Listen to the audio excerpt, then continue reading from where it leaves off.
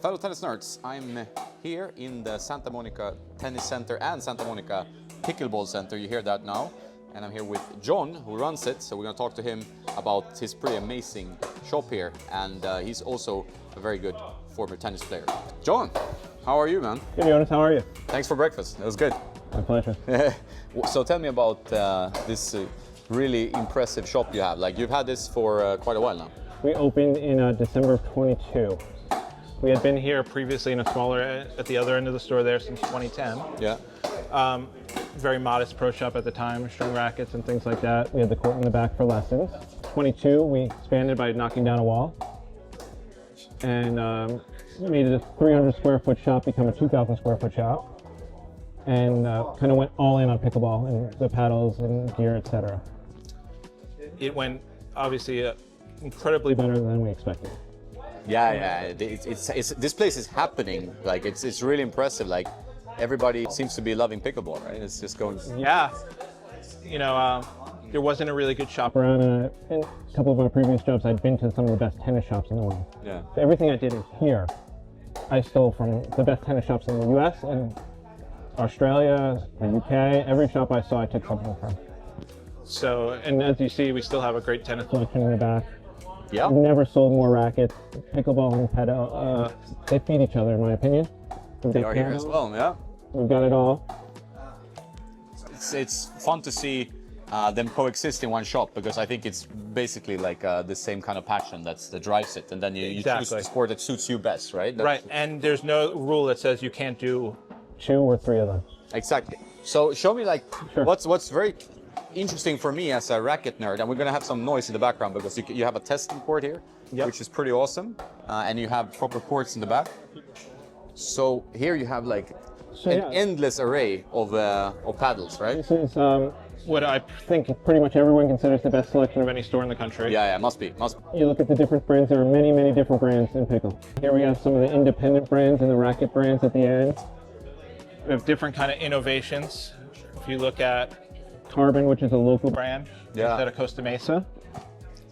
We've got Pro XR coming out of Chicago, a family-owned company. Yeah. You've got the 60 Australian company, which is very popular. Oh, that's cool. It was a very small independent company a year and a half ago. It has blown up. You start going down, you've got Yola, which was a ping pong manufacturer a couple years ago. They became the second biggest brand almost seemingly in a year's time. Very tech friendly. They have the #1 player in the world. Very innovative. Selkirk is the biggest brand in pickleball. Yeah. It's a family-owned American company out of Idaho.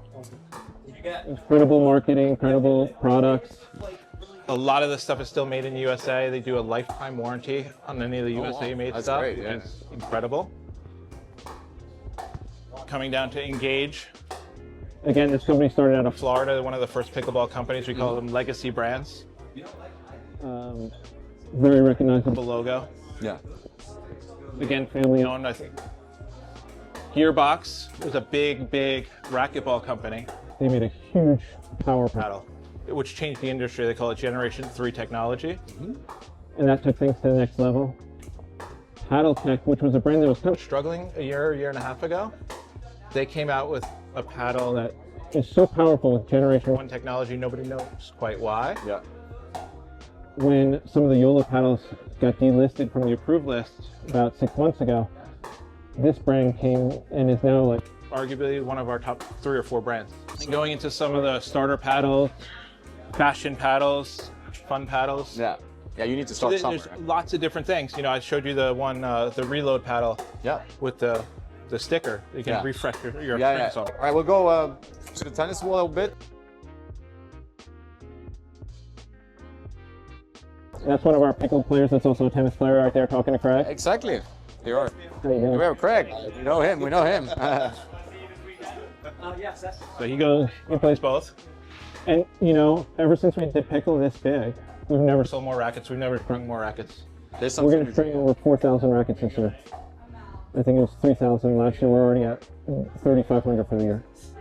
There you go. There's racket sports are doing well, right? That's obvious, and that's fun, right? That it can coexist maybe not with lines on the court, but like if you have, like as you can see guys here in the background, here's a guy with a Wimbledon t-shirt playing pickleball, so we approve of this, you know? Yeah.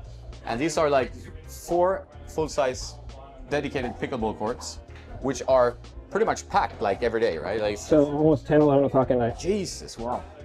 And the location, of course, of your shop is kind of a better location. So from tennis rackets, like what is like your best sellers in the lineup here that we have? Yeah. The Onyx people- has been huge this year. It's a great racket, yeah. They're easy to use, kind of these on.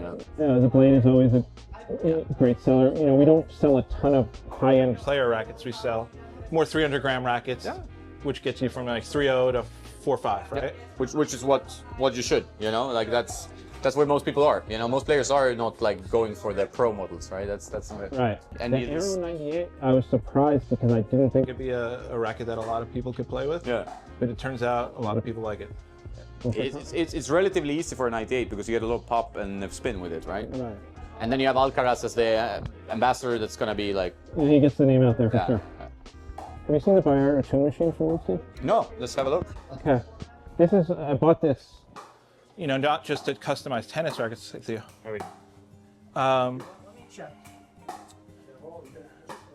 Oh wow. Yeah, this is up my alley, man. Now this is a great tuning machine for tennis, Yeah. but as you'll see, it does everything. It does every racket sport. And one of the main reasons I bought this, I already had the head tuning machine. Yeah. Was And it this 3-in-1 you had, or? I had the 3-in-1. Yeah, I have that too, right? Yeah, yeah. And I don't think I really needed to buy like a $9,000 machine, but I did because I wanted to be able to tell people from data if their paddle was worn out or not. When I first did the shop, I saw another shop and I thought I kind of saw a salesman, you know, listen to a paddle. Oh yeah, your paddle's dead. The lady said, I just bought it 4 weeks ago. It's like, oh, it can happen. I didn't think he was being super honest, but I wanted to be able to tell people honestly. And show them. And show them. Like, look at this. So what this machine will do, it'll do tennis swing weight, twist weight, horizontal bending, lateral bending. That's amazing. Right? So you get the test the stiffness. champ, Yeah. which does it more of a lateral bending. But you can go to pickle, and I can do face deflection. So when somebody buys a paddle, I can take a measurement. When they take that paddle, they buy it. It's going to come out at whatever it comes out at.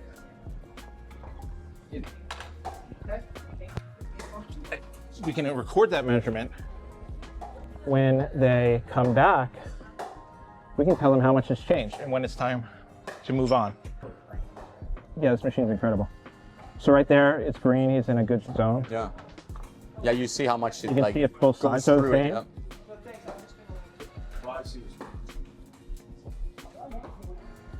This side More is getting used. a little hot. Yeah. So the thermoform paddles, the Gen 2 and Gen 3 paddles, they don't go dead over time. They go live over time. It's like your string's going loose and getting to a trampoline effect. That's what happens.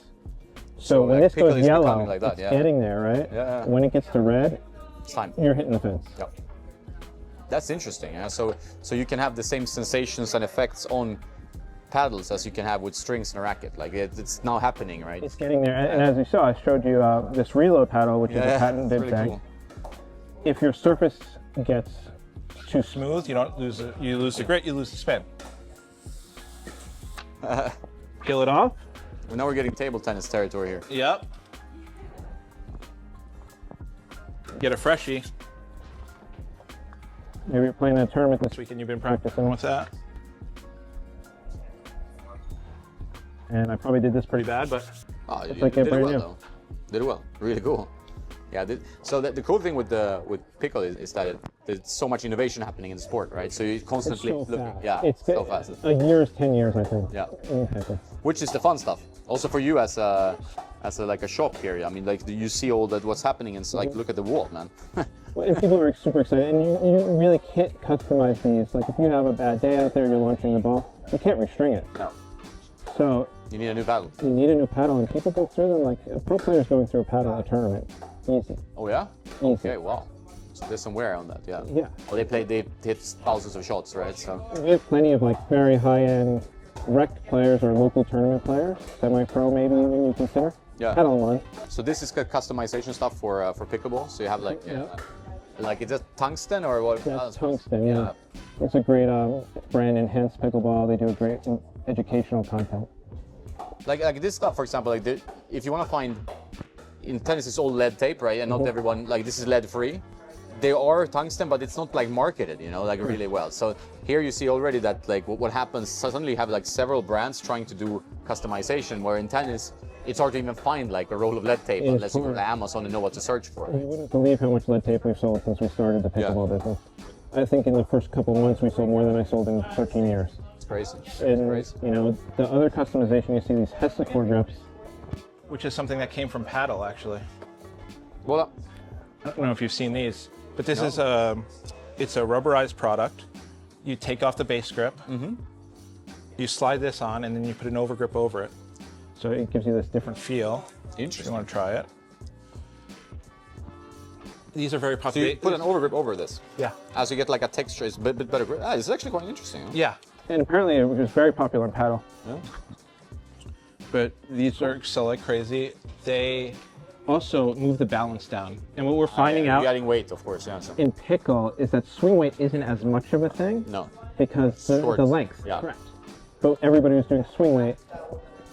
And we had to use this machine over here to do pickle swing weight, because we're measuring it from a different pivot point in pickle.